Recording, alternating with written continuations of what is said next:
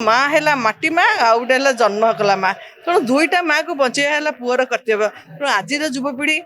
माँ को बचाइवा माटी की बचाइवा आगे आसतु मुझे धन्यवाद देवी भास्कर मधु महांती को जहाँ गोटे नूतन करी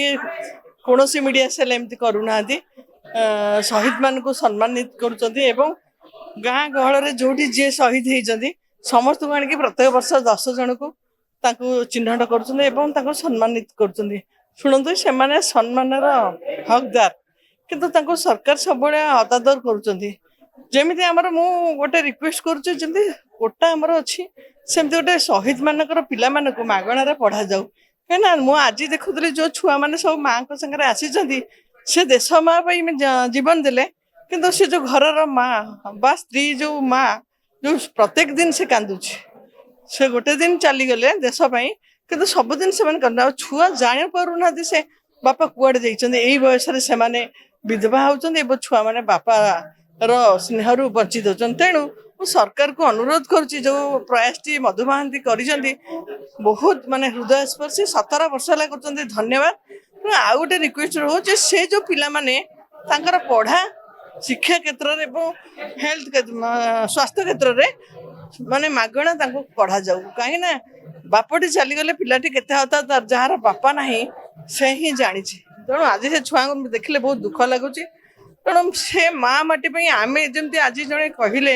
भल लगिला जे आम जो पेट पड़ुचे आम किसान को धन्यवाद करुचु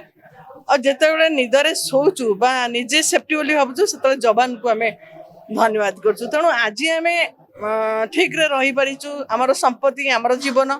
से मैंने आमको बंचेक रखिंट आमर सिक्यूरीटी से माने तेणु से जदि ठीक रे न रहिले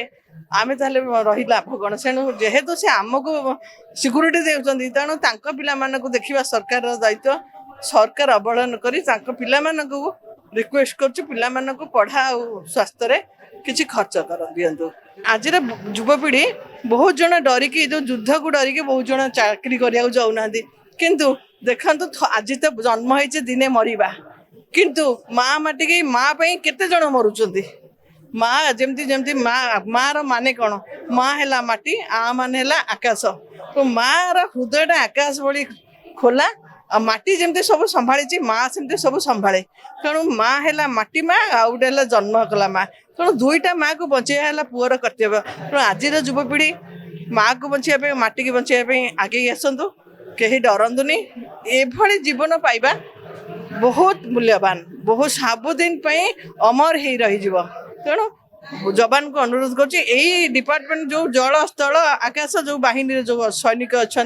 से बहुत मात्रा आसतु।